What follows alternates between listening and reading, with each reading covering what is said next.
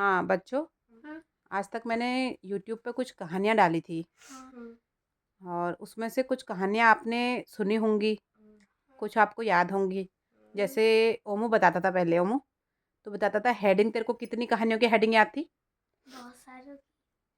एक थी क्या, श्रेष्ठता की जंग। एक था दंड का देवता। एक था, बस नहीं याद है। बस 2 ही याद है? हाँ। आपको? और एक परमात्मा का सीआईडी, हनुमान जी की पूछ के बाद हनुमान जी की ताकत का 10वां हिस्सा। अच्छा, और अक्कू को? 3 साधु और भक्ति का भ्रम। हाँ। और रुक जाओ, सोचने दो, बहुत दिनों से सुनी नहीं एक कहानी। चलो, आपको कोई कहानी याद है जिसको आप सुना सकते हो? हाँ, मुझे बताओ। पहले अक्कू बताएगी। पहले वो बताए। चलो ओमू बता। दंड का देवता। याद है? हाँ, बताओ। देखो एक बार एक नाव चला के कुछ लोग वो नदी के उस पार जा रहे थे, है ना। तभी आसमान में से बारिश हुई। उनकी नाव, उन्होंने सोचा चलो खड़ी कर देते नाव। उन्होंने एक जगह खड़ी कर दी। फिर वो गलती से कहीं उनकी नाव कहीं बह गई। और फिर वो एक मंदिर पे आ गए। वो मंदिर का वो था, दंड का देवता था वहाँ पर, मुँह से हाथ हटाओ। है ना। देखो वहाँ पर वहाँ पर अगर कोई जिसने कोई बुरे काम करते हैं तो उसको वो क्या, वो एक पेड़ के पास जाता है और जब आसमान से जोरदार बिजली गिरती है और वो मर जाता है। हाँ, जो बुरे काम करता है वो वहाँ पर मर जाता है, विस्फोट हो जाता है उसका। विस्फोट हो जाता है ना। तो देखो सबसे जिसने आज तक बुरे काम किए होते हैं ना। हाँ, तो फिर देखो एक एक सबसे पहले वो एक कमरे के अंदर गए। उन्होंने बोला चलो उस पेड़ के पास तक जाओ, देखते कौन मरता है पहले। पहले एक गया, एक आदमी गया। फिर उसके ऊपर नहीं गिरी बिजली, फिर वो अंदर आ गया। फिर एक और आदमी गया, फिर उसके ऊपर भी बिजली नहीं गिरी, वो भी आ गया। फिर एक और बाहर गया, उसके ऊपर भी बिजली नहीं गिरी, वो भी अंदर आ गया। फिर एक और गया। कैसे गए वो? डरते डरते, कांपते हुए बिल्कुल, है ना। फिर एक लड़की भी थी उनके साथ, वो भी गई, लेकिन उसके ऊपर भी नहीं हुआ। फिर वो एक उसका लड़की का बच्चा बचा था। सबने सोचा चलो यही है वो जिसकी वजह से आज हम यहाँ पर आए, चलो इसको फेंक देते हैं। तो फिर उसकी मम्मी ने कहा नहीं नहीं, इसको मत फेंको, इसको मत फेंको। तो ये तो मेरा बच्चा है। हाँ, ये तो मेरा बच्चा, इसको मत फेंको। फिर उन सब लोगों ने उसको उन दोनों को बाहर फेंक दिया, उस पेड़ माँ के बेटे पास। को हाँ, बाहर, फेंक दिया। जैसी मंदिर से बाहर किया वैसी वैसे ही कमरे के अंदर बहुत बड़ा विस्फोट हो गया, सब मर विस्फोट गए। हो गया। तो इसका मतलब क्या था कि एक अच्छे व्यक्ति की वजह से वो सब बचे हुए थे। किस जिसको वो बाहर फेंक रहे थे, बाहर निकाल रहे थे माँ बेटी को, हाँ, वही बच्चा जो था हाँ, वो निष्पाप था, बिल्कुल हाँ, पवित्र था वो एकदम। उसी की वजह से वो सब उस टाइम तक बच रखे थे, वरना विस्फोट होता तो सब मर जाते। तो इस कहानी से क्या सीख मिली? कि ये हमें कभी झूठ नहीं बोलना चाहिए। अब आपको एक कहानी सुनाएगी। श्रेष्ठता की जंग। श्रेष्ठता की जंग क्या होता है इसमें? एक बार लक्ष्मी जी और विष्णु जी दोनों आपस में बहस करते हैं कि तू कौन सबसे ज्यादा श्रेष्ठ है। तो बोलते हैं कि मैं श्रेष्ठ हूँ, मैं श्रेष्ठ हूँ। तो उन्होंने एक बार मतलब एक धनवान था, उसके 2 बेटे थे, सुजान सिंह और एक और था। तो फिर उन्होंने जो बड़ा बेटा था और जो सुजान सिंह छोटा बेटा था, जब उनका मरने का समय आया तो उन्होंने दोनों के बीच किनका मरने का समय आया? जो पिताजी धनवान थे, हाँ, उनके पिताजी का जब अंत समय आया तो उन्होंने बोला कि मैं दोनों के बीच में बराबर प्रॉपर्टी बांट दूंगा। तो फिर उन्होंने आधी उसको दी, आधी उसको। फिर जब वो मर गए तो जो सुजान सिंह ने भी शादी करी थी और उसने भी, जो बड़ा वाला था, तो जो बड़े बेटे ने अपनी पत्नी के साथ, छोटे ने नहीं करी थी शादी? नहीं, छोटे ने नहीं करी थी, हाँ, बड़े ने करी थी। तो उसने अपने पत्नी के साथ मिलके सुजान सिंह से जो सारी उसकी हिस्से की थी प्रॉपर्टी, वो सब अपने नाम कर दी। और छोटे मोटे कद्दू के खेत वगैरह सुजान सिंह के उसमें अच्छे अच्छे खेत अपने नाम पे कर दिए और छोटा भाई सीधा साधा था, उसको बेकार बेकार से खेत दे दिए, कद्दू वद्दू के, हाँ ऐसे करके छोटे छोटे खेत छोटे मोटे उसको दे दिए। अब और उसने कुछ नहीं बोला किसी से भी है। तो फिर वो हमेशा अपने भाई और भाभी के ही काम करता था। हाँ, उनके खेतों में काम, घर का काम सब करता था वो। लोग उससे बोलते भी थे कि तू राजा से जाके शिकायत कर दे कि तेरा भाई ऐसा है। हाँ। पर उसने बोला कि जब मुझे कोई दिक्कत नहीं हो रही तो तुम्हें क्यों हो रही है। हाँ। वो तो मेरे बड़े भैया भाभी है, तो हाँ, वो हाँ, तो हाँ। अच्छे ही करेंगे, तो ऐसे करके हाँ। तो विष्णु जी और लक्ष्मी जी ने जब उसको देखा तो उन्होंने बोला चलो इस पे अपने वो करते हैं। तो क्या बोलते हैं, विष्णु जी ने उस पे मतलब जैसे वो अच्छा मतलब था ही, जो वो अलग रहता था, वो थोड़ा एक झोपड़ी में रहता छोटा वाला अलग रहता था झोपड़ी में। हाँ, हाँ, वो झोपड़ी में रहता था, उसके भैया भाभी बड़े घर में रहते थे, वो झोपड़ी में रहता था।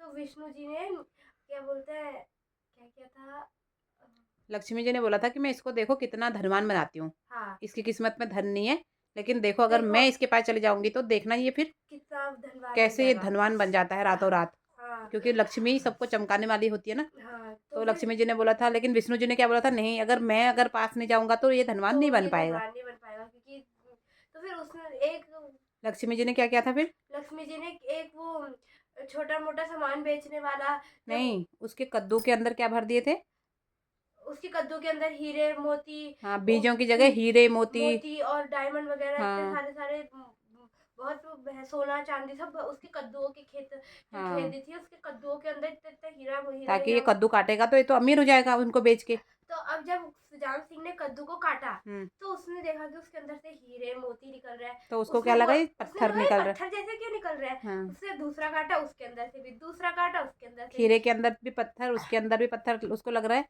ये बीजों की जगह पत्थर निकलने लग गए हैं। तो उसने बोला कि अभी तो खराब है ये मेरे, उसने एक कोने में अच्छा जमा कर खासा, दिए वो। हाँ उसने कोने में फेंक दिया उनको और बोला कि अच्छा खासा कद्दू की खेती उगा रखी थी कि कुछ खाऊंगा और ये मिल रहा है, इसका मैं क्या करूंगा।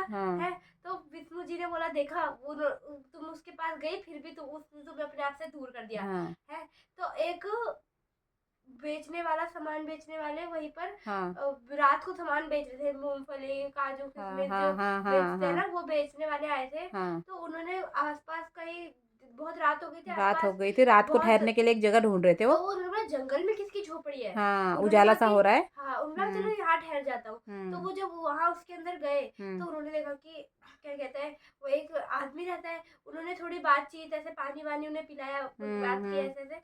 तो उन्होंने देखा तो एक घर के झोपड़ी के किनारे एक कोने में पत्थर हीरे मोती चमक रहे हैं। उन्होंने बोला अरे, तुमने बोला ये सब तुमने ऐसे क्यों फेंक रखे हैं। उसने बोला मैं क्या करूँ, अच्छी खासी कद्दू की फसल लगाई थी, कुछ खाने को मिलता सोच के काट के लाया था, देख काटे तो ये निकल रहे हैं। तो उन्होंने बोला, तो वो मनी मन सोच रहा था कि कितना बेवकूफ आदमी है, ये इसके पास हीरे मोती इतना सब कुछ है फिर भी इन्होंने कोने में फेंक दिए।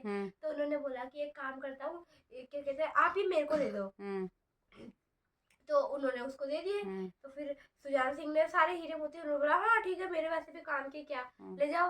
तो फिर उसके बाद राजा वो उसको कुछ पैसे दे गया था उसके बदले वो, नहीं मुझे भी इतने अच्छे से याद नहीं है, बहुत पुरानी कहानी है। नहीं दिया था कुछ भी। उसे क्या बोलते हैं, आटा चावल नहीं, उसे कुछ नहीं दिया था।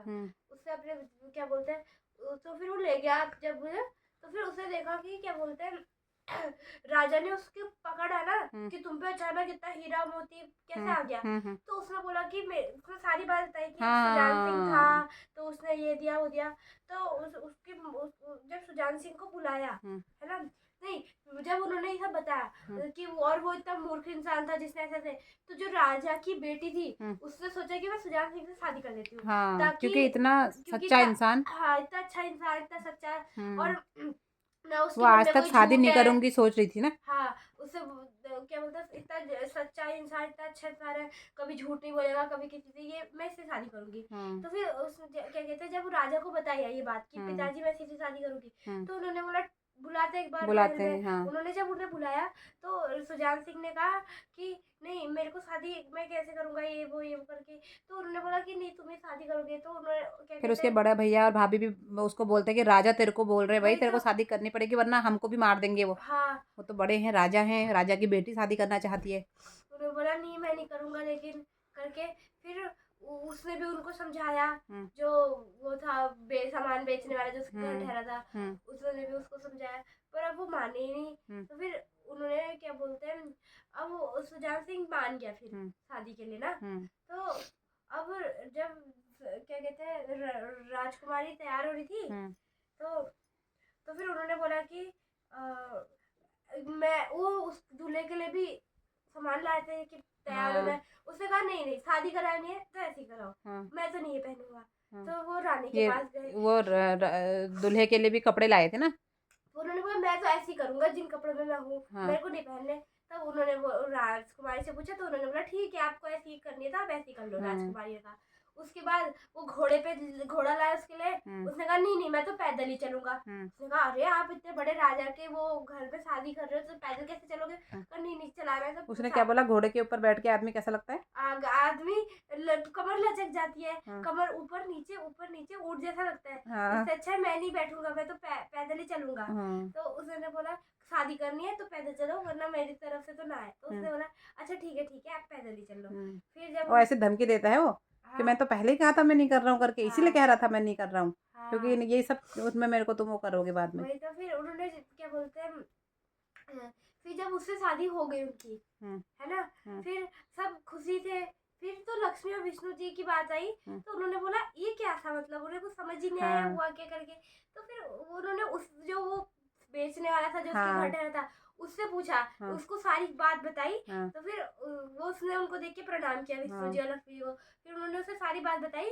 तो उसने बोला अब बताओ कौन श्रेष्ठ है, लक्ष्मी जी या विष्णु जी? तो उसने बोला ना आप श्रेष्ठ हो ना आप श्रेष्ठ हो, श्रेष्ठ तो वो सुजान सिंह है जिसके पास इतनी लक्ष्मी आने के बाद भी उसने आपको मना कर दिया। और शादी करने के लिए भी उसने इतने सारे उठाए।